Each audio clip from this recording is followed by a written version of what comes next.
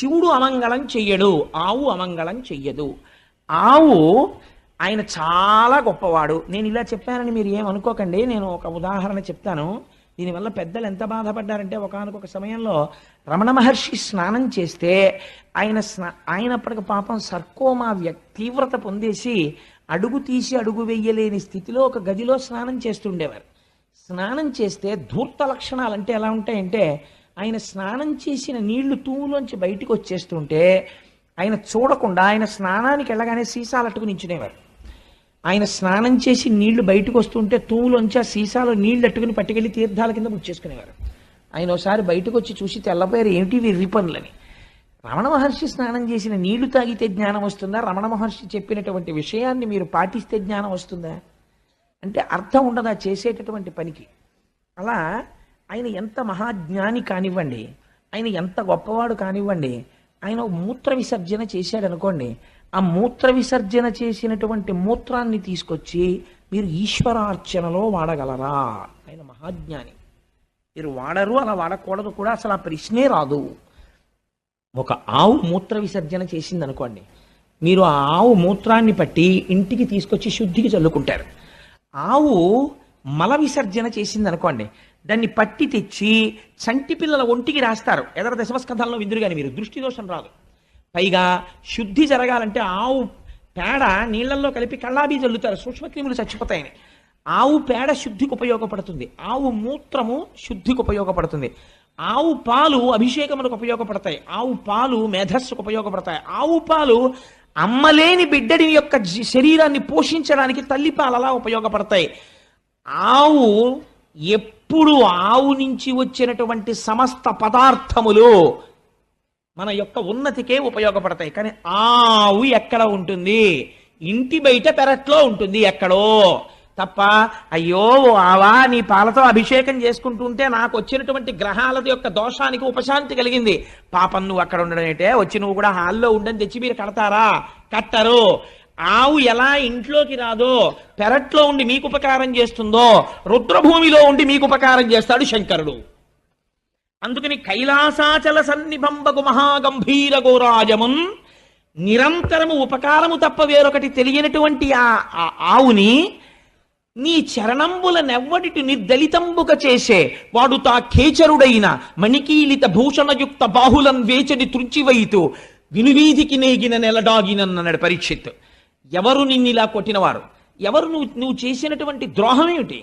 నువ్వు పాలిస్తావు, నీ పేడ ఉపయోగపడుతుంది, నీ మూత్రం ఉపయోగపడుతుంది, ఇన్నింటిని వాడుకుని వాచివి అయిన గడ్డి తిని వాహినులందు జలంబు త్రాగగా నువ్వు చేసినటువంటి దోషం ఏమిటి?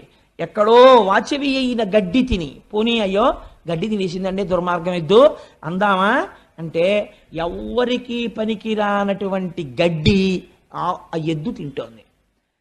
వాచవి అయిన గడ్డి తిని వాహినులందు జలంబు త్రాగగా, గడ్డి అంటే తింటాను కానండి, ఫిల్టర్ వాటర్ తాగకపోతే నాకు పడదండి, పాలు ఇవ్వలేను, పాలు నీటితో రావాలి కదా.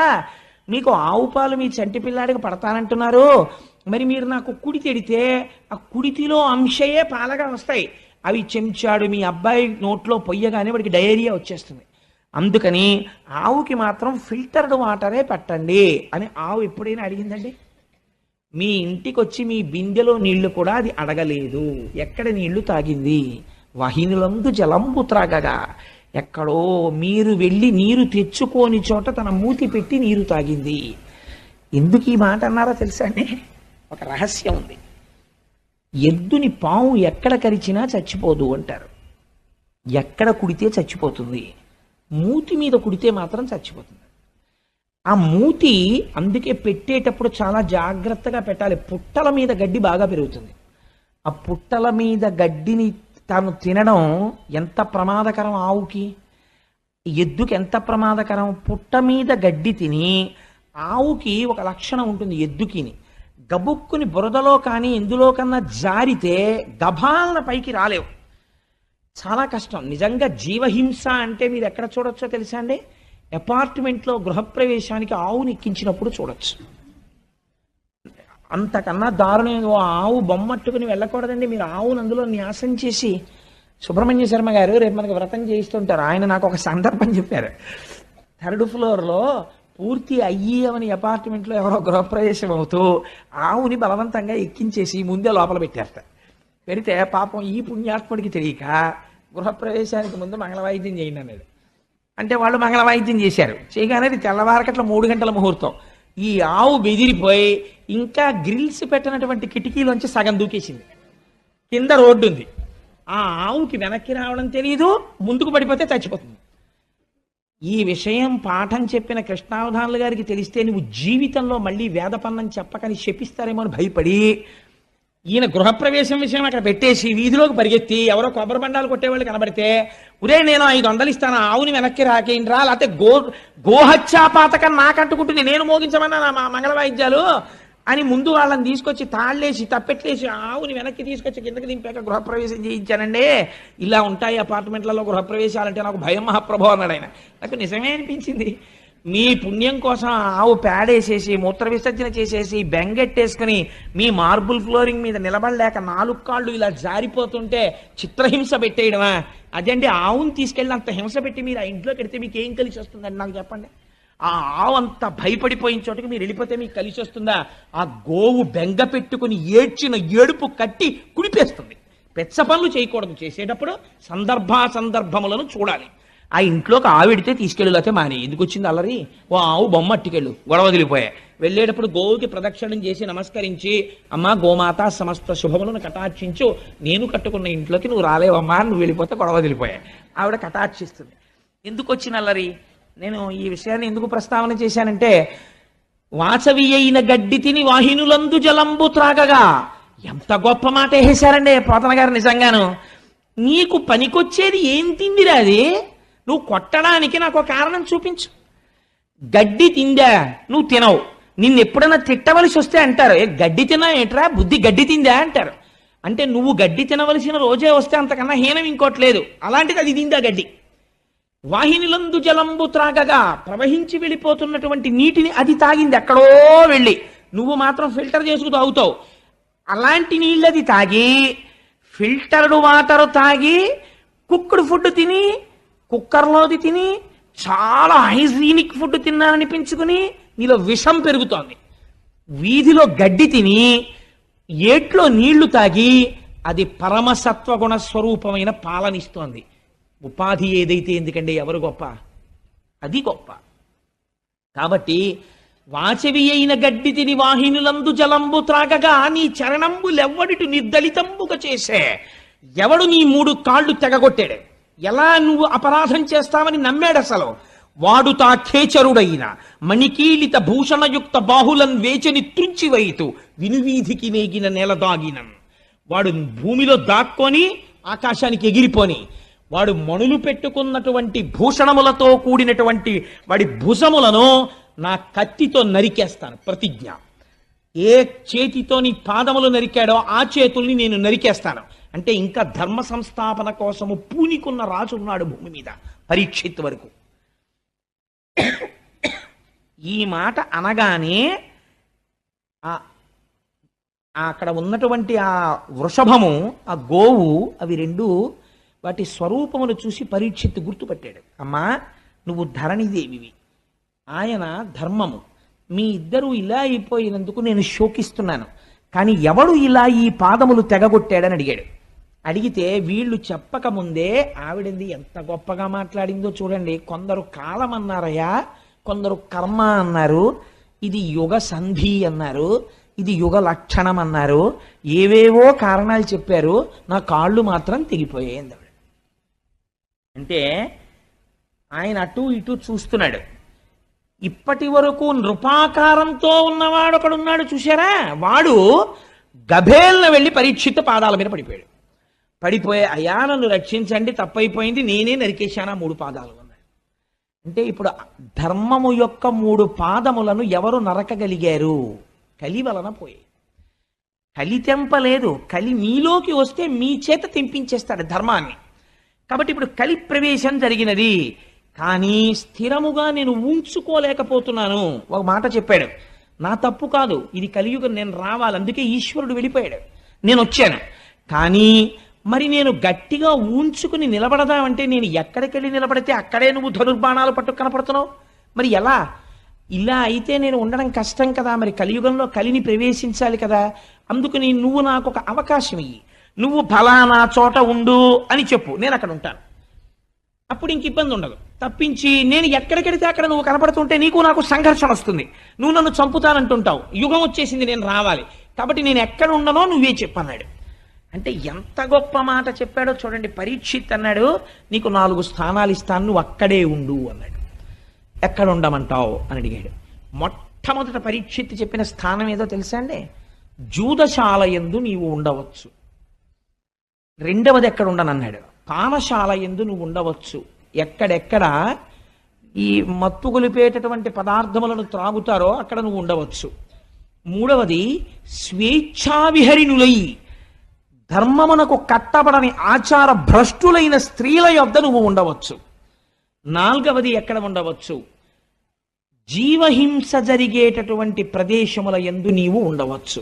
4 ప్రదేశాలు నీకు ఇచ్చానన్నాడు.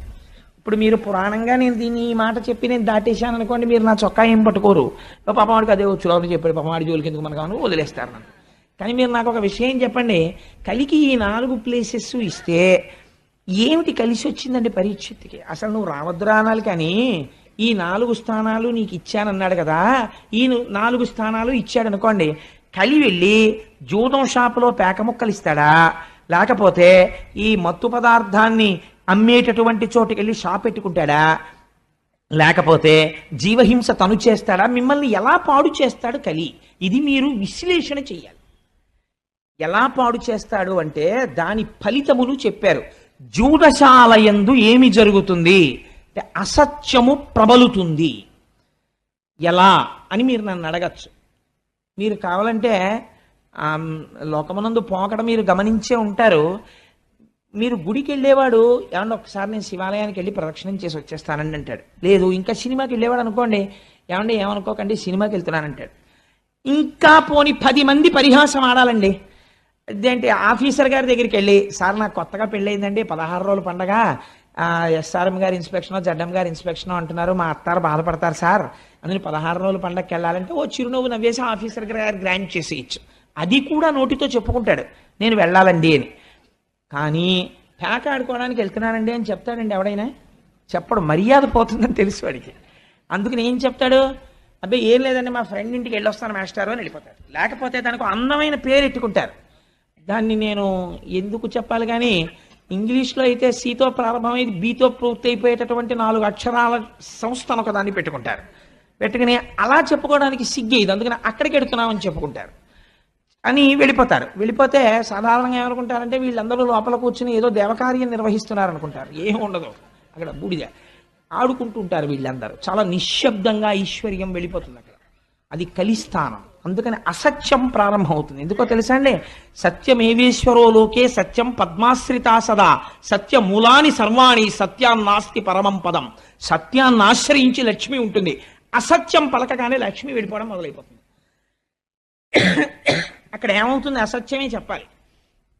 కాబట్టి ఏం చేస్తాడు, ప్రారంభం అసత్యం, తీరా వెళ్ళిన తర్వాత 3 గంటలు కూర్చుని ఇంటికి వస్తాడు. పాపం భార్య అలా కూర్చుంటుంది.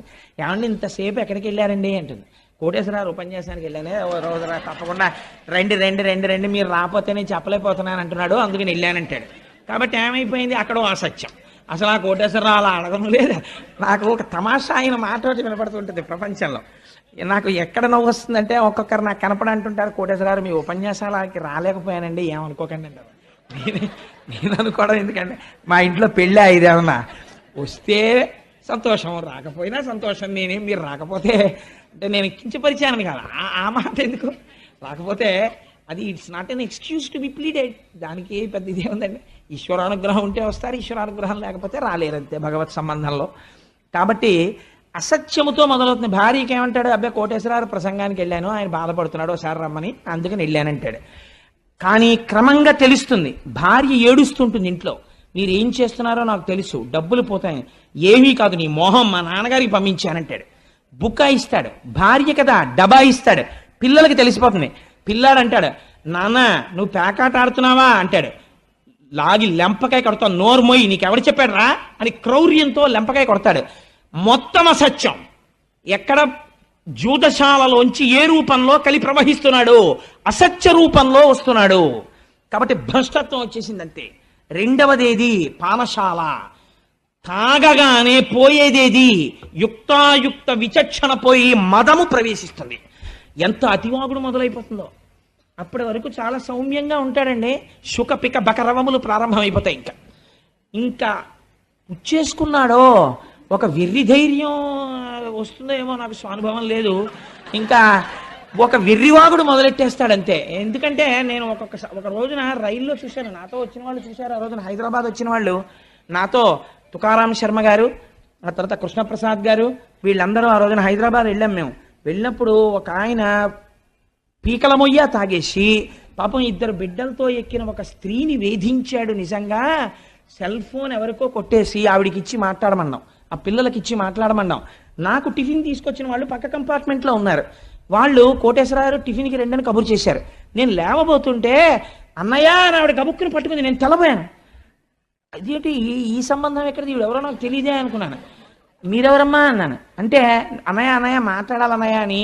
నేను ఇలా రాగానే, అన్నయ్య మీరు వెళ్ళిపోతే వీడు ఏం చేస్తాడో నేను దిగిపోదాం అనుకుంటున్నాను రాజమండ్రిలో, భయం వేస్తోంది అన్నయ్య, మీరు కూడా ఎవరు లేరు, నేను ఒక్కడనే ఉన్నాను అక్కడ, అన్నయ్య మీరు వెళ్ళకండి అన్నయ్య అంది. అప్పుడు నేను, అమ్మ మీరేం భయపడకండి అని టిఫిన్ కోసమని మళ్ళీ కబురు వచ్చింది, వీడు ఇంకా రాడేమిటని. అలా కాదు, మీరే ఇక్కడికి రండి, ఇక్కడ తిందాం అని వీళ్లతో మెల్లిగా మాట్లాడి, అదేంటి చెల్లాయి నువ్వు వెళ్ళి అక్కడ పడుకో అని చెప్పేసి ఈ 3 బెర్తుల్లో ఉన్న వాళ్ళల్లో ఒకళ్ళ దగ్గరికి ఈవిడిని పంపించి వాడిని ఇక్కడ తెచ్చి పడుకోవాల్సి వచ్చింది. ఎంత దారుణం అండి. తెల్లవారి లేచేటప్పటికీ మీరు నమ్ముతారా, ఆయనంత పెద్ద మనిషి లేడు. ఎంత పెద్ద మనిషో. ఆవిడ వచ్చి ఎదురుగుండా కూర్చుంది.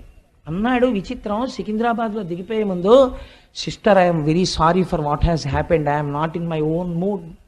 నేను రాత్రి లిక్కర్ తీసుకున్నానమ్మా, నన్ను మన్నించి అన్నాడు. మదోన్మత్తుడయ్యాడు. ఆ సమయంలో అతను ఏమైనా చేసేస్తాడు. అతనికి తెలియదు ఈ మదం ఎక్కడి నుంచి వచ్చింది. నువ్వు సేవించకూడనిది సేవించి నీ అంతా నువ్వు రాక్షసుడు అయిపోతున్నావు. ఈశ్వరుడు ఇచ్చినటువంటి దైవత్వాన్ని నాశనం చేసుకుంటున్నావు. ఇక్కడ ఈశ్వరుడు ఉన్నాడు. నువ్వు పూజ చేయకపోతే పీడాపోయేది. సారా పట్టుకెళ్ళి శివలింగం మీద మీరు పోస్తారండి. ఈశ్వరుడు హం వైశ్వానరో భూత్వా ప్రాణినాం దేహమాశ్రిత, ఆయన మీద నువ్వు పొయ్యొచ్చా? ఆయన మీద నువ్వు పోస్తున్నావు. పోస్తే ఏమొస్తుంది? ఈశ్వరుని యొక్క దయ ప్రసరించదు, ఈశ్వరుని యొక్క ఆగ్రహము ప్రకటితమవుతుంది. ఏ రూపంలో? మదోన్మత్తుడు అవుతావు. ఆ మదం నిన్ను భ్రష్టుణ్ణి చేసేస్తుంది అంతే. ఇంటి వీధి ముందుకు వచ్చి పడిపోతావు. మర్నాడు నువ్వు వీధిలోంచి చెడుతుంటే ఆయనే నిన్న పడిపోయినవాడు వీధిలో అని చెప్పుకుంటారు. పీనుగుని దింపినట్టు రిక్షాలు దింపి తీసుకెడుతుంటారు ఇళ్లలోకి, సంకల కింద చేతులేసి. ఎంత దారుణం అండి. ఎందుకు? బతుకు బతికినట్ట చచ్చినట్ట? దేని వలన? కేవలం నీ నాడీ మండలకి ఉత్ప్రేరకం కోసమని మనుష్యుడవై పుట్టి 10 మందికి చెప్పవలసిన వాడివి, బిడ్డలు పెళ్లిళ్లకు వచ్చేసినటువంటి స్థితిలో నువ్వు ప్రవర్తించవలసినటువంటి ప్రవర్తన ఇది. కలి ఎలా రాగలడో మద రూపంలో వస్తాడు మధ్యశాల నుంచి. అందుకని నువ్వు పానశాల ఎందు ఉండవచ్చు. ఏమిటి ధైర్యం పరీక్షిత్తుకి? తన వాళ్ళు ఎవరు అసలు అక్కడికి వెళ్ళరు. కాబట్టి నువ్వు పానశాల ఎందు ఉండవచ్చు. మూడవదేది స్వేచ్ఛా విహరిణి అయిన స్త్రీ. నేను ఎంత తక్కువ మాట్లాడితే అంత మంచిది దాని గురించి, అందుకని నేను అసలు ఆ ప్రస్తావన చేయను. 4వది, ఎందుకంటే ఒక పూజ్య భావనతో చూడ్డానికి అలవాటు పడి ఒక లలితా సహస్రం చెప్పి, ఒక సౌందర్యలహరి చెప్పి, స్త్రీ అనబడేటటువంటి ఒక పేరు యందు ఆడది అన్నదాని యందు అమ్మతనాన్ని చూసి ఒక గౌరవం పెంచుకున్నవాడు పురాణ వ్యాఖ్యానం కోసం కూడా తక్కువ చేసి మాట్లాడడం అనవసరం. నేను చేయకపోయినంత మాత్రం చేత మీరు అర్థం చేసుకోలేని వాళ్ళు కారు. అందుకని నేను దాన్ని పరిహరిస్తాను. అందుకని స్వేచ్ఛావిహరిణి అయిన స్త్రీ వలన సమాజము భ్రష్టు పడుతోంది, విషయ సంగలోలుడైపోతున్నాడు. 4వది హింస. హింస అంటే ఏమిటో తెలుసా అండి? హింస అంటే నిష్కారణముగా ఒక ప్రాణి బాధపడితే తాను సంతోషించుట. ఇక్కడ మీరు ఒకటి జ్ఞాపకం పెట్టుకోవాలి. ప్రాణి హింస అంటే చంపేయడం అని కాదు. అస్తమానం చంపేయక్కర్లేదు. ఇలా చీమల బారి వెళ్తుంటే కుడతారు కొంతమంది, నిష్కారణంగా నిలబడి ఆకులు తుంపేస్తారు. నువ్వు ఆకుని సృష్టించలేదు, నువ్వెందుకు తుంపేయాలి ఆకుని? నిష్కారణ హింస. అన్నిటికన్నా భయంకరమైన హింస ఏమిటో తెలుసా అండి? నోటి మాట. కడుపుల్ రంపపు కోత కోయునదియే గాయాలు కాకుండినన్ అన్నారు గయోపాఖ్యానంలో. ఒక మనిషిని పడుకోబెట్టి ఎనస్థీషియా ఇవ్వకుండా ఓ రంపం పట్టుకొచ్చి అటొకళ్ళు ఇటొకళ్ళు నిలబడి దూలాన్ని కోసినట్టు ఇలా కోస్తుంటే ఆ కడుపు కోయబడుతున్నవాడు ఎంత బాధపడతాడో అవతల వాడు నేనంటున్న మాటలకంత బాధపడుతున్నాడన్న ఇంగిత జ్ఞానము లేకుండా ఈశ్వరుడు నోరిచ్చాడని పేలిన చవట అంతే పాపాన్ని మూట కట్టుకుంటున్నాడు. వాడు హింస చేస్తున్నాడా లేదా? వాక్కు రూపములో వాడు హింస చేస్తున్నాడు. వాక్కు యందు అదుపు ఉండాలి. అవతల వారు బాధపడకుండా మధురముగా మాట్లాడడం నేర్చుకోవాలి మనిషి. ప్రయత్నపూర్వకంగా అభ్యసించకపోతే మాట యందు కాఠిన్యం అలవాటైపోతుంది. కాబట్టి ఏమైపోయింది? క్రౌర్యము, అవతల వారి యందు నిష్కారణమైనటువంటి కోపం. అవతలవాడు బాధపడిపోతుంటే వీడు సంతోషపడ్డాం. అవతల వాడి బాధ వీడి సంతోషమునకు హేతువైన నాడు కలిపురుషుడు ప్రవేశించినాడు. కాబట్టి ఏమైంది? ఈ 4 స్థానములు నీకు ఇస్తున్నాను. పరీక్షిత్ నమ్మకమేమి? తన పరిపాలనలో ఉండగా ఎవ్వరూ ఆ 4 చోట్లకి వెళ్ళరు. అంతే కదండి. ఈ 4 చోట్లకి బాగా వెళ్ళాలని కోరుకుంటే వాడు పరీక్షిత్తు కాడు, కలి యొక్క ప్రతినిధి కదా. అదర్వైజ్ చేసి అంతే కదండి మరి పురాణం. కాబట్టి ఇప్పుడు ఏమైంది? పరీక్షిత్తు తన ప్రజలు వెళ్ళరని కోరుకున్నాడు. వెళ్ళరన్న నమ్మకంతో ఈ మాట చెప్పాడు. ఈ మాట పరీక్షిత్తుకే తెలిస్తే కలికి తెలియదండి. తనకి వెళ్ళడానికి ఆ 4 చోట్లకి ఎవడు రాడు, నేను పాడు చేయలేనని. మీకు ఇంకొక గమ్మత్తు నేను ఇక్కడ చెప్పాలి. దేనికి అదే ఫలితం అని మీరు అనుకుంటున్నారేమో. ఈ 4ంటికి కాదు. మీరు కలి యొక్క పరిస్థితి ఎలా ఉంటుందంటే, నాలాంటి వాడు కూర్చోడానికి రైల్లో కొంచెం సీట్ ఇచ్చినట్టు ఉంటుంది. నన్ను కొంచెం కూర్చొని ఇచ్చారనుకోండి, ఇంత శరీరంతో ఇంత చోటిస్తే ఊరుకుంటానా? కొంచెం తోసుకొని ఆక్రమించడం మొదలెడతా కదా. అంటే నేను అలాంటి పనులు చేశాను అనుకోకండి, వేరొకరి మీద ఉదాహరణ పెట్టకూడదు కాబట్టి. నిలబడతాను తప్ప అలాంటి దిక్కుమాలిన పనులు నుంచి. కాబట్టి జరిగినదేమి అంటే, మీరు 4ంటిల్లో ఒకదాన్ని పట్టుకున్నారనుకోండి, మిగిలిన 3ంటికి ఎలా లాగేయాలో కలికి తెలుసు. మీకు ఒక్క ఉదాహరణ చెప్పి నేను పూర్తి చేసేస్తాను. చూడండి, ఈ 4ంటిలో ఉదాహరణకి జూదశాలలోకి వెళ్ళాడు అనుకోండి. ఉట్టినే సరదాగానండి, నేనేం ఆడ చూస్తానంటాడు. ఈ చూడడం ఏమవుతుందంటే, వాడికి ఎప్పుడో అప్పుడు శారీరక సంబంధమైనటువంటి విరామం కావలసి వస్తుంది. ఇంటికి వెళ్ళకపోతే భార్య ఊరుకుంటుంది. ముసిలి వాళ్ళు అయిపోయిన తల్లిదండ్రులు పాపం అలా గుడ్లకి కంటిరెప్పలు పైకి గుండు సూదులు ఎట్టుకుని కొడుకు కోసం ఎదురు చూస్తారు, కానీ మలమూత్రాలు ఆగవుగా. అందుకని బాత్రూంలోకి వెళ్ళాలి.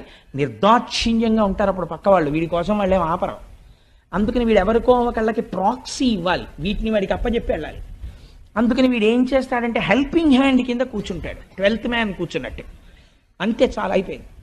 ఇంకా తర్వాత ఏమైంది? వీడు ప్రోనోట్ల మీద సంతకాలు పెట్టడం మొదలెడతాడు. ఐశ్వర్యం నిశ్శబ్దంగా వెళ్ళిపోతుంది. అక్కడి నుంచి ఏమైంది? అసత్యం ప్రారంభం అవుతుంది. అసత్యంలోంచి లక్ష్మి వెళ్ళిపోవడం ప్రారంభం అవుతుంది. లక్ష్మి వెళ్ళిపోవడం ప్రారంభమైన కలి ఊరుకోడు. జూదశాలకి రా రా రా అని లాగుతాడు. లాగాడు కాబట్టి ఏం చేయాలి? భార్య మెళ్ళో పుస్తిల్తాడు కూడా లాగేసి తీసుకెళ్ళిపోతాడు. కాబట్టి ఏమైపోయింది? అది దొంగతనం వైపుకి వెళ్ళిపోయింది. ఆవిడేమంటుంది? ఇంకా నేను మీతో కాపరం చేయలేని, పుట్టింటికి వెళ్ళిపోతానంటుంది. ఆవిడ్ని కొట్టడం మొదలెడతాడు. ఏమైపోయింది? క్రౌర్యంలోకి వెళ్ళిపోయాడు, హింసలోకి వెళ్ళిపోయాడు, దొంగతనంలోకి వెళ్ళిపోయాడు. పిల్లల్ని కొడతాడు, వాళ్ళ ఫీజులు కట్టడు, వాళ్ళ చదువు గురించి చూడడు, మానమర్యాదలు పట్టించుకోడు. నా భార్య ఇంటికి వెళ్ళేటప్పటికీ నా మీద తగాదా పెట్టుకుంటోందని పరస్త్రీని కోరుకుంటాడు. ఒక దాంట్లోంచి 4ంట్లోకి వెళ్ళిపోయాడు. సర్వభ్రష్టుని చేసి నాశనం చేసేస్తాడు. ఆఖరికి వాడు చచ్చిపోతే అమ్మయ్య పోయాడంట. ఎందుకు అయిపోయావు నువ్వు అలాగా? ఒక్క దాంట్లో కాలిట్టేవంతే 4ంటిలోకి లాగేయగలడు. కాబట్టి ఈ 4 దుష్ఫలితములు 4ంటిని ఆశ్రయించి ఉన్నాయి. భాగవతం అందుకని విను అని చెప్పారు. ఈ జీవితం ఎక్కడ పాడైపోతోందో నీకు చెప్పేస్తాం, ఇది అర్థం చేసుకో. ఇంత అగ్నితప్తం జరగాలి, బంగారం అగ్నిహోత్రంలో ఉడకాలి. ఇప్పుడు ఇంత ఉడుకుతోంది, ఇప్పుడు రావాలి శుకుడు. ఇప్పుడు వస్తే తప్ప, మహానుభావుడు వచ్చి కూర్చుంటే తప్ప ఎదర భాగవతం ఇప్పుడు వస్తుంది. ఇంకా ఇప్పుడు వస్తే అది వింటూ ఉంటే మన జీవితాలు భగవద్ అనుగ్రహానికి అందుకు నోచుకుంటాయని చెప్పారు భాగవతం వింటే. ఇప్పుడు ఏమైంది? ఈ 4 ఇస్తే పరీక్షిత్తుకే తెలుసు కదా ఎవరు వెళ్ళరని. ఇప్పుడు మీకు చెప్పాను కదా, ఒకదానికి వెడితే 4 రకాలుగా భ్రష్టుడవుతాడు. కాబట్టి ఎక్కడికి ఎవడు వెళ్ళడు. ఆ నమ్మకంతోటే కదా పరీక్షిత్ ఇచ్చాడు ఈ స్థానాలు. కాబట్టి ఆ మాత్రం తెలివితేటలు కలిపురుషుడికి లేవండి. కాబట్టి కలిపురుషుడు ఏమనాలి ఇప్పుడు? ఎందుకంటే ఆ 4 స్థానాలు నాకు అక్కర్లేదనాలి. అక్కర్లేదంటే ఆయన ఆయతల బాగుంటాడు. అందుకే కలిపురుషుడు అంటే ఏంటి? చాలా తెలివితేటలుగా మభ్యపెట్టగలిగిన వాడు. కాబట్టి ఆయన ఏమన్నాడో తెలుసా అండి? మీరు పావుషేరు శనగపప్పు పట్టరండి, నేను పావుషేరు ఓ కట్టుకొస్తాను, ఇద్దరం కలుపుకొని పంచుకు ఊదుకు తిందామన్నట్టు. ఎవడం ఓ కట్టుకు రావడం ఎందుకు, కలుపుకోవడం ఎందుకు, పంచుకోవడం ఎందుకు, ఊదుకు తినడం ఎందుకు? తను ఏదో తెచ్చినట్టు ప్రజ్ఞ అనమాట. అలా ఎంత మెహర్బా. నాకు లోకంలో చాలా విచిత్రంగా ఉంటాయి పోకడలు. పాపం ఒక ఆవిడ, ఏమంటే ఎప్పుడు చూసినా మా నాన్నగారు గొప్ప, మా అమ్మగారు గొప్ప, మా నాన్నగారు గొప్ప, మా అమ్మగారు గొప్ప అని నిష్కారణంగా మా అమ్మగారిని నాన్నగారిని తిడతారు. మీ అమ్మ చూడు, మీ నాన్న చూడు ఎప్పుడు నేను చెప్పి పాపం వాళ్ళని తిడతారు. అదేమిటండి, మా అమ్మగారు నాన్నగారులలో ఒక్క సుగుణం లేదా అంటే ఆయన అన్నట్ట, సరే ఇవాళ నుంచి నేను మా అమ్మగారిని నాన్నగారిని పొగిడి మీ అమ్మగారిని నాన్నగారిని తిట్టను. మీ అత్తగారు మామగారే మంచివాళ్ళు, మా అత్తగారు మామగారే భ్రష్టులు, సరేనా అన్నాడు. ఏమైంది, ఎటు మారిస్తే ఏమైంది? అలా అదొక రకమైనటువంటి గుంభనం, మాటలో అతి తెలివితేటలు. కలిపురుషుడు ఎలాగా మభ్య పెట్టాడో చూడండి. మభ్య పెట్టడం అండి లక్షణం. అసలు ఆ మభ్య పెట్టేటటువంటి మాట తీరు ఎక్కడి నుంచి వస్తుందో తెలుసా అండి? ఇక్కడ అశౌచం ఉంటే అవతల వాళ్ళని ఎలాగో అలా లొంగదీసే మాట మాట్లాడడం మొదలవుతుంది. తన సత్యమునకు కట్టుబడిపోయాడు అనుకోండి, ఇక్కడ కలిస్థానం లేదనుకోండి, అసలు అవతల వారి యొక్క ప్రయోజనాన్ని తాను కోరుకోవట్లేదు కాబట్టి అసలు అటువంటి ఆ మాటలు రావు నోటి వెంట. ఎలా మాట్లాడాడో చూడండి, ఎంత గొప్పగా మాట్లాడాడో. అయ్యా మీరు 4 ఇచ్చారు కదా, ఈ 4 నేను ఊంచుకోవడానికి తగిన స్థానము లేదు కనుక ఇంకొకటి ఇప్పించండి అన్నాడు. ఇంకొకటి ఇప్పించండి అంటే ఆయనకి తెలిసి 4 తప్ప ఇంకొకటి ఏది ఇచ్చినా అందులోకి నేను ప్రవేశించడానికి అవకాశం వెతుక్కోవచ్చు. గభాలన పరీక్షిత్ అన్నాడు, బంగారం ఇచ్చాను అన్నాడు. ఎందుకన్నాడా మాట అంటే, ఆ రోజుల్లో బహుశా ఒక లక్షణం ఉండేది. అంటే భాగవతంలోనే ఒక చోట వ్యాఖ్యానంలో ఒక మాట చెప్తారు. నిస్సంగులైనటువంటి వారు ఆత్మజ్ఞానమును ప్రబోధం చేసేటటువంటి వారికి హేమము అంటే బంగారమునందు లోభత్వం ఉండదు. వారు కోరుకోరు, వాళ్ళకి అది పెద్ద ఆసక్తి ఉండదు దాని మీద. అట్లాంటి వారు లోకములో ఉండగా, వారి ప్రబోధం ఉండగా లోకం ఎందుకు పాడవుతుంది అనుకున్నాడో ఏమో, బంగారమునందు స్థానం ఇచ్చానన్నాడు. పరీక్షిత్ ఒంటి నిండా బంగారం ఉంది, ఆపాదమస్తకం, కిరీటం దగ్గర నుంచి ఆభరణాల వరకు ఉంది. వెళ్ళలేడండి. అందరిలోకి వెళ్ళడం ఎందుకండి? పరీక్షిత్తులోకి వెళ్ళిపోతే సరిపోయాయి, డైరెక్ట్గా నాశనం అయిపోయింది. పరీక్షిత్తును పాడి చేసేస్తే చాలు, తను ఇంకా రాజద్వారం తెరిచేసుకున్నట్టే. కోటలోకి ప్రవేశించడానికి సామాన్య సిపాయిల్ని ఎంతమందిని చంపుతారు? రాత్రికి రాత్రి మీరు కుట్ర చేసి ప్రభువుని బంధించేశారనుకోండి, అయిపోయిందంటే సింహాసనం మీ హస్తగతం అయిపోయింది. ఇప్పుడు పరీక్షిత్తుని కొట్టాలి, దొరికేశాడు. ఎక్కడ దొరికేశాడు? తన మాట తప్పని తనమే తనకి ప్రతిబంధకం అయిపోయింది. నీకు బంగారమునంది ఇచ్చానన్నాడు. చాలు మహాప్రభో, చాలా సంతోషం. వెళ్ళిపోయాడు పరీక్షిత్. ఇంటికి వెళ్ళాడు, కోరిక పుట్టింది, వేటకెడితే బాగుండనిపించింది. ఎందుకని? ఒంటి మీద బంగారం ఉంది కాబట్టి పుట్టేసింది, అంతే. కలి ప్రవేశం జరిగిపోయింది. వేటకెడదామనిపించింది. అనిపించి ఆ వేట కోసమని బయలుదేరాడు. బయలుదేరితే అనేక మృగములను వేటాడాడు. ఎందుకు వేటాడడం అంటే, కలి యొక్క అంశలలో తానిచ్చిన వేరొక స్థానములోకి వచ్చేసాడు బంగారంలోంచి. ఇప్పుడు పరీక్షిత్ ఎలా మీకు చెప్పాను కదా, ఒక దాంట్లోకి వస్తే చాలు మిగిలినవన్నీ వచ్చేసి నాశనం అయిపోతాడు. ఇప్పుడు బంగారం ఉంది ఒంటి మీద, వచ్చాడు కలి. కాబట్టి ఇప్పుడు ఏమైంది? జీవహింస చెయ్యాలన్న కోరిక పుట్టింది.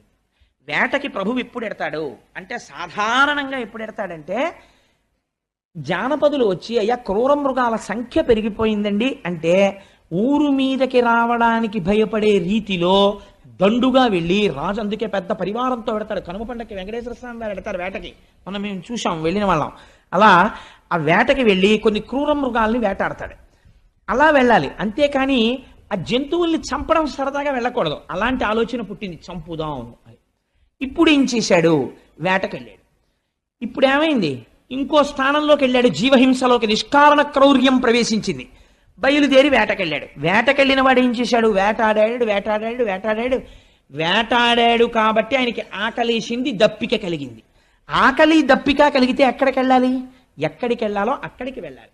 నాకు బాగా ఆకలేసింది అనుకోండి, కనీసంలో కనీసం ఈ ఊళ్ళో మనకు ఎవరు తెలియరా అనుకుంటే ఏం చేయాలి? హోటల్కి వెళ్ళి అయ్యా ఏమున్నాయండి అని అడిగో, ఇడ్లీయో మసాలా దోశ ఏదో అడగాలి.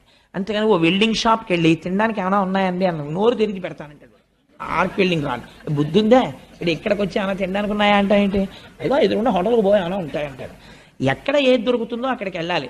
ఆ మాత్రం బుద్ధి లేకపోవడం అంటే ఏమిటంటే, బుద్ధి భ్రంశమవుతోంది పరీక్షిత్తుకి. లేకపోతే ఆకలేసిన వాడు, నీరు కావలసిన వాడు మహర్షాశ్రమానికి పోవడం ఏమిటి?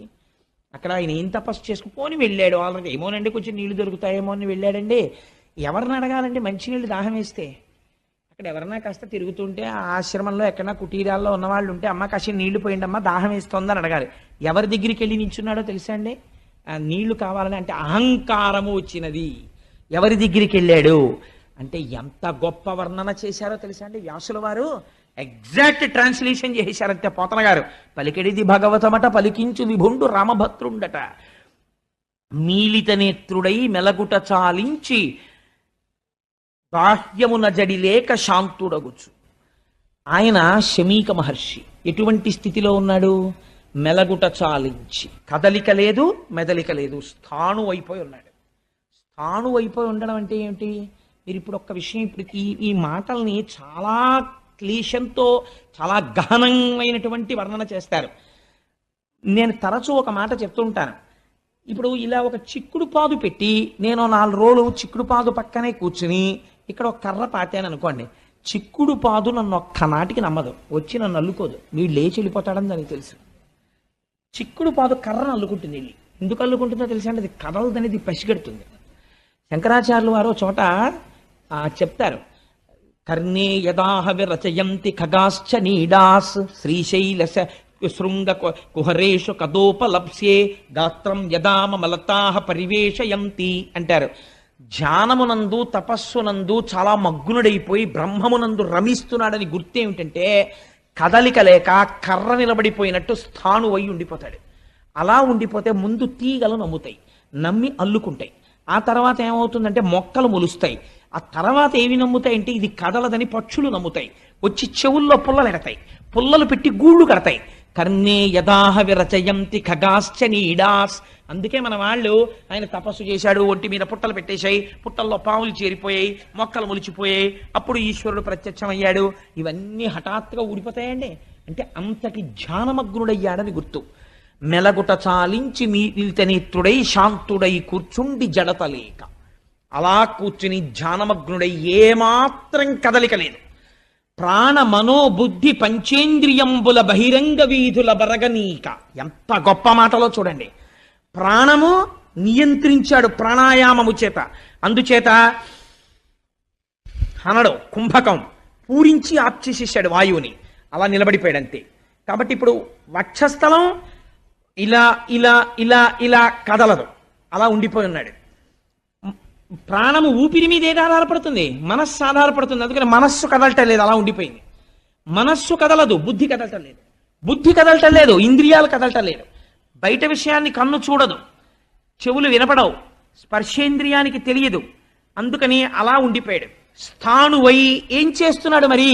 ఇవన్నీ ఆగిపోయాయి. మరి ఆయన ఏమి చూస్తున్నట్లు అంటే జాగ్రత్తాది అవస్థాత్రయము దాటి బ్రహ్మమునందు రమించుచుండే.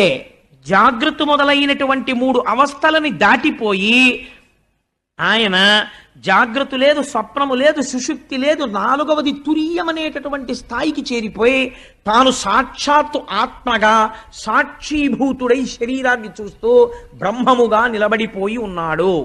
ఇప్పుడు అలా ఉన్నవాడు ఎలా ఉన్నాడు అంటే బ్రహ్మభూతత్వ సంప్రాప్య విక్రియుండయి అతి దీర్ఘ జటలు తన్నావరింప.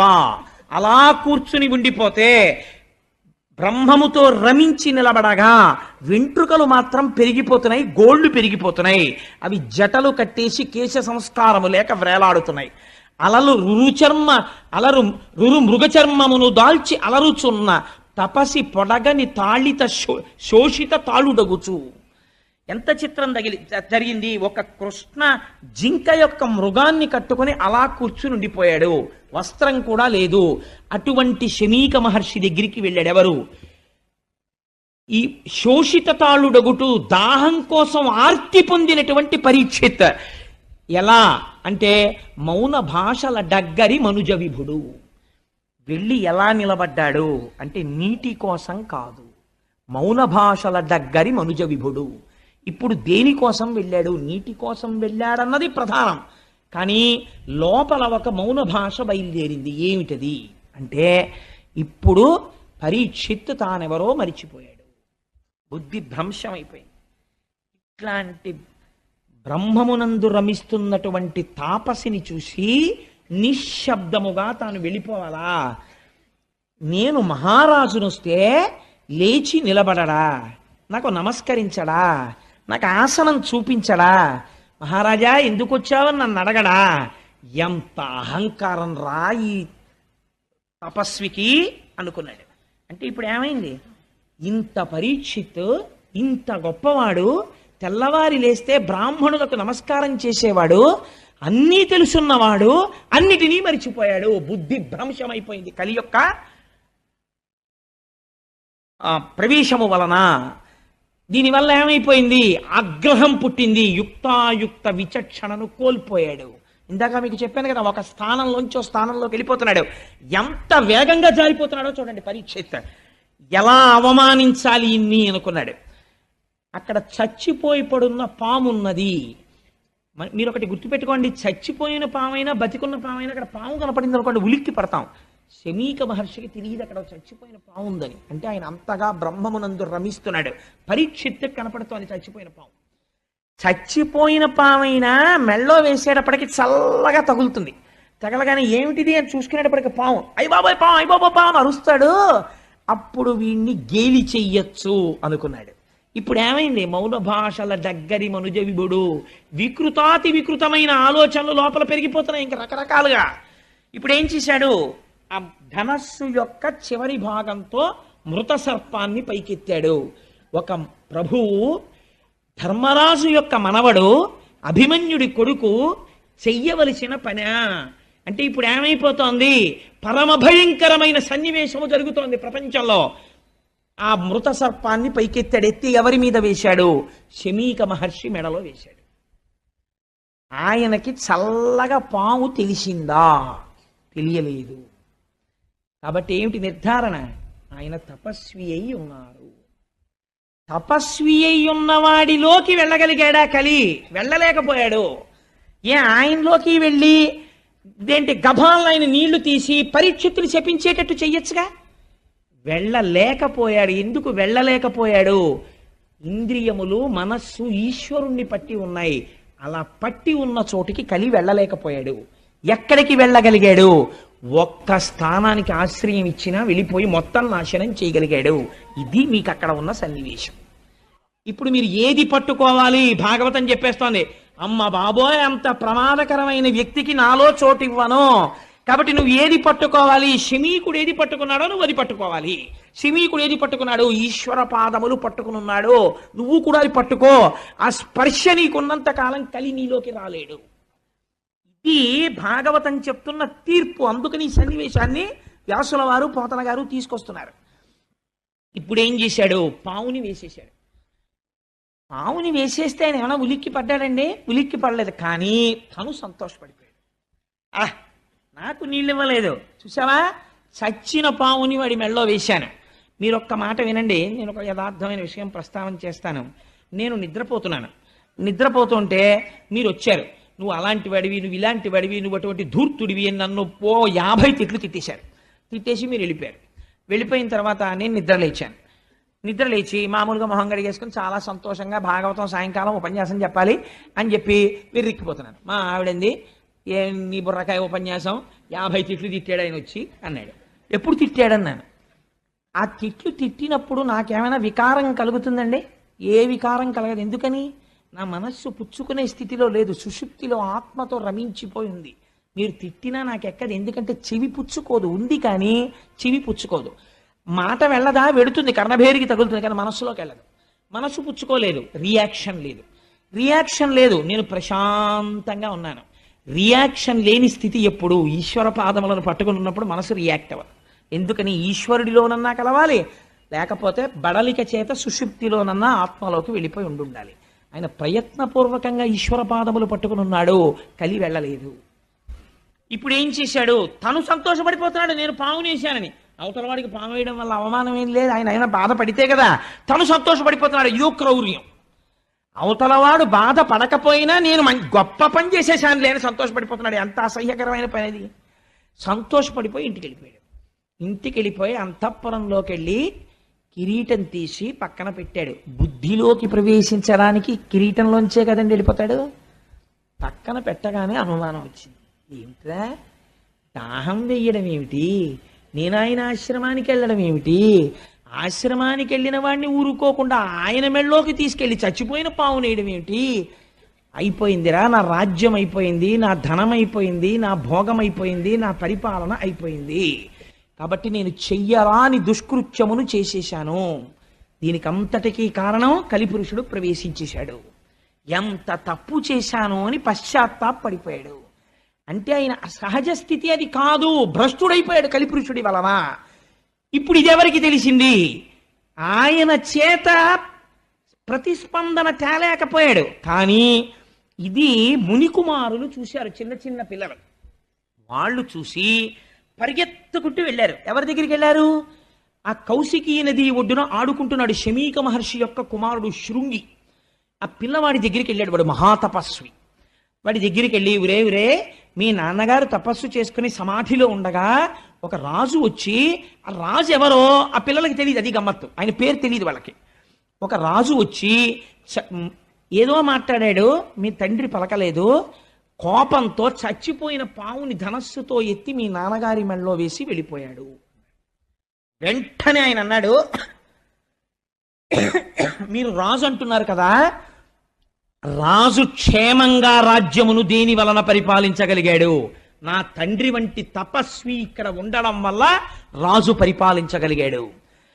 ఒక యజమాని బయట పారేసినటువంటి ఎంగిలి మెతుకులు తిని బలిసినటువంటి కాకి యజమాని తల మీద తంతే ఎంత అకృత్యమో, ఇంటి బయట కూర్చోవలసిన కుక్క యజమాని నివేదనకి సిద్ధం చేసిన ప్రసాదాన్ని ఇంట్లో కలియబడి తింటే ఎంత అపచారమో, బయట ఎక్కడో నిలబడి దానం అడగకుండా, ధర్మం అడగకుండా, ఒకటి అడగకుండా జింక చర్మం కట్టుకుని సమాధిమగ్నుడైన నా తండ్రి మెడలో పావు వేశాడా, మృత సర్పాన్ని వేశాడా అని వెంటనే కౌశికీ నది జలాల్ని చేత్తో పట్టుకున్నాడు.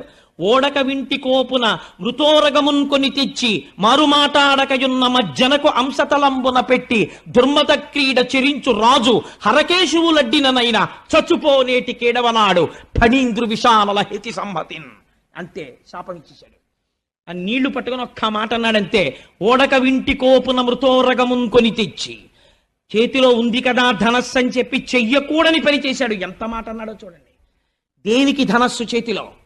అమాయకులైన ప్రజల్ని రక్షించడానికి చేతపట్టాడు. కానీ ఇవాళ చేతపట్టిన ధనస్సుతో అకృత్యాన్ని చేశాడు. ఓడక వింటి కోపున మృతోరగమున్ కొని తెచ్చి మారుమాటాడకయున్న మజ్జనకు అంశతలంబున పెట్టి, కనీసం ఎదురు తిరిగి ఒక మాట మాట్లాడలేదే అవమానించాడనడానికి. సమాధిమగ్నుడైన మా తండ్రి యొక్క కంఠసీమనందు స్మృత సర్పాన్ని వేశాడా? అటువంటి రాజు ఎవడైనా అయ్యుండి ఉండవచ్చుగాక, హరకేశవులడ్డిననైనా వాడు ఈశ్వరుడే అడ్డని, శ్రీ మహావిష్ణువే అడ్డని చచ్చుబో 7వ నాడు, 7వ నాటికి చచ్చూరుకుంటాడంతే అని. ఎలా చచ్చిపోతాడు? పైగా తక్షక ఫణీంద్ర విషానల హితి సంహతిన్, తక్షకుడనేటటువంటి ఒక మహాసర్పము యొక్క కాటు వలన మరణించుగాక అని ఆ నీళ్లు విడిచిపెట్టేసి తిరిగి ఆశ్రమానికి వచ్చేసాడు. మీరు ఇవాళ నాతో కొద్దిగా సహకరించండి, శుకమహర్షిని ప్రవేశపెట్టి పూర్తి చేద్దాం. మహోత్కృష్టమైనటువంటి స్థితి. ఇవాళ శుకమహర్షి వస్తే మన జీవితం ధన్యమైపోతుంది. నేను శుకుల్ని ప్రవేశపెట్టాలని ప్రయత్నం చేస్తున్నాను. ఆశ్రమానికి వచ్చి ఏడుస్తున్నాడు తండ్రి ముందు పడి. తండ్రికి బాహ్యస్మృతి వచ్చింది. అడిగాడు, ఎక్కువ సమయం తీసుకోనమ్మా, ఒక్క 10 నిమిషాలు, సాధ్యమైనంత సంక్షిప్తంగా చెప్పే ప్రయత్నం చేస్తాను. ఆయన అన్నాడు, ఎందుకు ఏడుస్తున్నావు అన్నాడు. అంటే, తండ్రి మీ కంఠమునందు మృత సర్పం ఉన్నది అన్నాడు. తీసి కింద పరేశాడు శమీకుడు. ఎవరు వేశారన్నాడు. నాకు తెలియదు, ఎవరో రాజు వేశాడు. ఆ రాజుని శపించాను నాన్నగారు, నేటికి 7వ రాజు చచ్చిపోవాలని అన్నాడు. వెంటనే మహర్షి అన్నారు, పాపంబు మనకింక ప్రాపించ మనకింక. ఎంత పని చేశావురా, నువ్వు చేసినటువంటి దుష్కర్మ వలన మనకి పాపము సంప్రాప్తించింది. ఎందుకో తెలుసా? రాజు నశించిన రాజ్యమందు నువ్వు రాజు మరణించాలని కోరుకున్నావు. రాజు చచ్చిపోతే కలిపురుషుడు ప్రవేశించని మనస్సులు అలా ఉంటాయి. అపకారి యందు కూడా ఔదార్యంతో ధర్మం మాట్లాడతాడు. మనకింక రాజు నశించిన రాజ్యమందు బలవంతుడగువాడు బలహీనుడగువాని పశు దార హయ సువర్ణాదులను అపహరించు. రాజంటే విష్ణు అంశ. విష్ణువు యొక్క అంశతో రాజు పరిపాలిస్తూ ఉంటాడు. నువ్వు రాజుని తొందరగా శపించేశావు, పరీక్షిత్తు వెళ్ళిపోతే ఇంకా మళ్ళీ మనకు అటువంటి పరిపాలకుడు ఎక్కడొస్తాడు? రాజు నశించిపోతే ఏమవుతుందో తెలుసా? బలహీనుడైనటువంటి వాణ్ణి బలవంతుడైనటువంటి వాడు వచ్చి మొత్తి ఏమెత్తుకుపోతాడో తెలుసా? పశువు. వాడి పశువుల్ని ఎత్తుకుపోతాడు. దారా ఆఖరికి ఇది యుక్తాయుక్తమా అని చూడకుండా వాడి భార్యని కూడా ఎత్తుకుపోతాడు. హయా గుర్రాలను ఎత్తుకుపోతాడు. సువర్ణ ఎత్తుకుపోవట్లేదండి. కారు పార్క్ చేస్తే ఎత్తుకుపోతారు, స్కూటర్ పార్క్ చేస్తే ఎత్తుకుపోతారు. కారు పార్కింగ్ ప్లేస్లో మీరు కారు పెట్టి అపార్ట్మెంట్లో పడుకుంటే టేప్ రికార్డర్ ఎత్తుకుపోతారు. హయం అంటే నాకు గుర్రాలు లేవు కదండి, కలిపురుషుడు రావనక్కర్లేదు. గుర్రాలంటే కారులే, వాహనం కదా. అందుకని హయ సువర్ణాదులను అపహరించు. బంగారం అనేటటువంటిది ప్రాణం మీదకి తెచ్చేస్తుంది. ఎక్కడ వరకు ఎందుకండి, ఒక పిచ్చి తల్లి బ్యాంక్ ఎంప్లాయీ ఒంటి మీద బంగారు నగలు వేసుకుని వెళ్ళడం ఆవిడ సంతోషం అంతే. ధర్మబద్ధంగా ఆర్జించుకున్నటువంటి 4 నగలు వేసుకుని బ్యాంకుకి వెళ్ళేది ఆవిడ. నేను ఆ మధ్య చదివాను ఇక్కడ రాజమండ్రి దగ్గరలో ఒంటి మీద బంగారు నగల కోసమని ఒక పండగ నాడు ఆవిడ తల పట్టుకుని ఆటో రాడ్లకేసి కొట్టి కొట్టి చంపేసి నగలెత్తుకుపోయి శవాన్ని తీసుకెళ్లి కాలవలో పారేశారు. కలిపురుషుడు ఉన్నాడు బంగారమునందు. చంపేలా మూలఘాతి నాశనం. వ్యాసుడు అబద్ధాలు చెప్పవలసిన అవసరం వ్యాసుడికి ఏముందండి? దాన్ని ఆంధ్రీకరించవలసిన అవసరం పోతన గారికి ఎక్కడుంది? మీకు అధర్మం కలిపురుష లక్షణం స్పష్టంగా కనపడుతుంటుంది. అందుచేత బలవంతుడగువాడు బలహీనుడగువాని పశు దార హయ సువర్ణాదులను అపహరించు. అక్కడతో అయిపోదు. చార జారాదులు సంచరింతురు. జారత్వం చేసేవాడు సిగ్గు లేకుండా చెప్పుకుంటాడు. అందరూ ఉంటూ ఉండగా 2వ భార్య దగ్గరికి ఎడతాడు, 3వ భార్య దగ్గరికి ఎడతాడు. నాకు 2 భార్యలని చెప్పుకుని దుష్ట సంగము వలన మంచివాడిని పాడు చేసేస్తాడు. కాబట్టి ఏమైపోతుంది? అదొక స్టేటస్ సింబల్ అయిపోయినా ఆశ్చర్యం లేని రోజు వచ్చేస్తుంది. కాబట్టి ఎటువంటి స్థితికి వెళ్ళిపోతారు అంటే జార చోరాదులు సంచరింతురు, ప్రజలకు అన్యోన్య కలహంబులతిశ ఇల్లు. నిష్కారణంగా ప్రజలు దెబ్బలాడుకోవడం మొదలెడతారు, పైన అదుపు చేసేవాళ్ళు లేడు అన్న ధైర్యంతో. కాబట్టి ప్రజలకు అన్యోన్య కలహంబులని అతిశయిల్లు. వైదికంబయ్యున్న వర్ణాశ్రమాచార ధర్మమెల్లయు కూడా తప్పిపోవు. వేదము చెప్పినట్టుగా ఇంతకాలం ఉన్నటువంటి ధర్మం అంతా తప్పిపోతుంది. తప్పిపోగానే ప్రజలు పురుషార్థములలో మొదటి దాన్ని వదిలేస్తారు. ధర్మాన్ని వదిలేసి లోకులిక మీద అర్ధ కామంబులందు సంచరింప. ప్రతి వాడికి డబ్బు కామం, డబ్బు కామం, డబ్బు కామం, ఈ రెండింటిలో తిరగడం మొదలు పెడతాడు. మొదలు పెడితే ధరణి నెల్ల వర్ణాశ్రమాచార ధర్మంబులెల్ల లుప్తమైపోవు. ఎక్కడా వర్ణాశ్రమాచారాలు అనేటటువంటి ఉండవు. మర్కట సారమేయ కులము మేరపుత్ర, కుక్కకి కోతికి కొడుకుట్టినట్టు అయిపోతుందిరా. సమాజం అలా అయిపోతుంది, భ్రష్టం అయిపోతుంది. ఎంత పని చేశావురా, పరీక్షిత్తుని కొట్టి సమాజాన్ని ఇన్ని ప్రమాదాలు తేవడానికే కలి నీ చేత ఇలాంటి శాపం ఇప్పించాడు. నువ్వు క్రోధమునకు వశుడవైపోయావు. ఎటువంటి శాపం ఇచ్చేసావురా, ఎంత పొరపాటు చేసేసావు అన్నాడు. కానీ పరీక్షిత్తుకు అందిపోయింది ఈ వార్త. మహానుభావుడు ఇంక నేటికి 7వ రోజున ఎలాగో శరీరం విడిచిపెట్టేస్తానని, ప్రాయోపవేశం చేస్తానని గంగ ఒడ్డుకెళ్ళి ఆ తూర్పు దిక్కుకి కొసలుండేటట్టుగా దర్భలు పరుచుకుని ప్రాయోపవేశం చేసి ఈశ్వరుడి యందు మనస్సును నిలబెట్టి ఒక మాట అంటాడు. ఎందుకు గంగ ఒడ్డుకి వెళ్ళడం అంటే, అమ్మా అని పిలిచిన నిన్ను పొమ్మా అని ముక్తి కడకు బుత్తువట. లెమ్మా నీ రూపముతో రమ్మా నాకెదురంగ గంగ రమ్యతరంగా అంటాడు. ఎంత గొప్ప పద్యం అంటే నిజంగా పోతన గారికే చెల్లింది గంగ మీద పద్యం రాయడం. అమ్మా అని పిలిచిన నిన్ను ఎవరైనా నీ దగ్గరికి వచ్చి అమ్మా గంగమ్మ అంటేట ఎంత అనుగ్రహిస్తావో తెలుసా? పొమ్మా అని ముక్తి కడకు బుత్తువట. ఇది గంగా స్నానానికి గొప్పతనం. పోరా, ఇన్ని తప్పులు చేస్తే తీసేసాను నీ పాపాలు, పో మోక్షానికి అని పంపించేస్తావుట. అమ్మా నాకు టైం అయిపోయిందమ్మా, శాపం పొందేశాను, లెమ్మా నీ రూపముతో. అమ్మా ఒక్కసారి నాకు దర్శనం ఇవ్వా, లెమ్మా నీ రూపముతో, రమ్మా నాకెదురంగ గంగ రమ్యతరంగా, ఈ తరంగములతో వచ్చి నీలో నన్ను కలిపేసుకోమ్మా అని గంగ ఒడ్డున ప్రాయోపవేశం చేశాడు. ప్రాయోపవేశం చేస్తే పరీక్షిత్, ఎవరు యాగం చేస్తే దేవతలు వచ్చి కూర్చున్నారో అటువంటి మహాపురుషుడు శాపగ్రస్తుడై ప్రయోపవేశం చేశాడు. ఇప్పుడు ఈ సన్నివేశం చూడడానికి ఎవరు వచ్చారో తెలుసా అండి? గౌతముడు, అగస్త్యుడు, విశ్వామిత్రుడు, వశిష్ఠుడు మొదలైనటువంటి ఋషులందరూ వచ్చేశారు. ఎందుకు ఇది చూడడం? వాళ్ళకైనా సరదాయా ప్రాయోపవేశం చేసి చచ్చిపోతుంటే చూడడం కాదు. పరీక్షిత్ నిర్గమించగానే కలి విజృంభణం ఎలా ప్రారంభమవుతుందో చూస్తున్నారు. ఇంకా ఎంత ఆశ్చర్యం రా! నిన్నటి దాకా స్థానం లేని కలి బంగారం ఇవ్వగానే కొట్టేశాడంతే, మొత్తం ఆక్రమించేస్తున్నాడు. ప్రారంభమైపోయింది రాజ్యంలో ఎక్కడ చూసినా. ఈ ఆశ్చర్యాన్ని చూడ్డానికి ఈశ్వర శాసనం ఎలా ఉంటుందో, ఉత్తర క్షణంలో ఎలా మారిపోతోందో లోకం, పరీక్షిత్ వెళ్ళిపోతున్నాడని, ఇంతటి ధర్మమూర్తి నిర్గమించేస్తున్నాడు అని చూడడానికి అందరూ వచ్చి కూర్చున్నారు. అందరినీ అడుగుతున్నాడు, ఏం చెయ్యని ఇంకా ఈ 7 రోజులు నేను ఏం చేస్తే మోక్షం పొందుతానని. ఆ ఆర్తి ఉన్నవాడు ఇంతటి పని చేసేసాడు. ఎంత చిత్రం చూడండి! ఇంత ధర్మం ఉన్నవాడు ఇంత అధర్మమైన పని చేసేయడమా? కలికి ఇంత అవకాశం ఇస్తే అంత ప్రమాదాన్ని తెచ్చేశాడు. ఇది వాళ్ళందరూ చూడ్డానికి వచ్చిన ఆశ్చర్యం. కాలోహి దురతిక్రమ, అతిక్రమించలేకపోతున్నారు. ఏమీ ఈ చిత్రం! ఇంతటి స్థితిలో కూడా ఈశ్వర పాదములు పట్టుకున్నవాడు మాత్రం చెక్కు చెదరట్లేదు. ఇది చూడ్డానికి వచ్చి వాళ్ళందరూ నిలబడ్డారు. నిలబడితే అక్కడికి ఒక ఆయన వచ్చాడు. 16 సంవత్సరముల వయస్సు, మంచి యవ్వనంలో ఉన్నాడు. నల్లటి జుత్తు, ముఖం మీద చిందరవందరగా పడిపోయింది. ఒక కౌపీనం పెట్టుకుని ఉన్నాడు. చుట్టూ చిన్నపిల్లలందరూ చేరారు. వాళ్లతో హాస్యం ఆడుతున్నాడు. ఏమీ మాట లేదు, మంతి లేదు. నవ్వుతూ సూర్యుడు దిగి భూమండలం మీద నడుస్తున్నాడా అన్నట్టుగా, ఒకరు పిలవకపోయినా ఆవు పాలు పితికిన కన్నా కూడా నిలబడనటువంటి శుకుడు తనంత తాను నడిచి వచ్చి నిలబడితే ఆయన తేజస్సు చూసి పొంగిపోయి, కృష్ణ భగవానుణ్ణి మా వంశమంతా అర్చించినందుకు నేను వెళ్ళిపోతున్న సమయంలో మార్గం చూపించడానికి నాకు గురువుని పంపాడు కృష్ణ పరమాత్మ అని పొంగిపోయి అర్ఘ్యపాద్యాదులనిచ్చి శుకుడి కాళ్ల మీద పడితే, కదిలి వెళ్ళిపోవడం అలవాటున్న శుకుడు కూర్చున్నాడు. 7 రోజులు నీకు చెప్తా, ఏమిటి నీ బాధ చెప్పన్నాడు. శుకబ్రహ్మ వచ్చి కూర్చున్నారు. చాలు,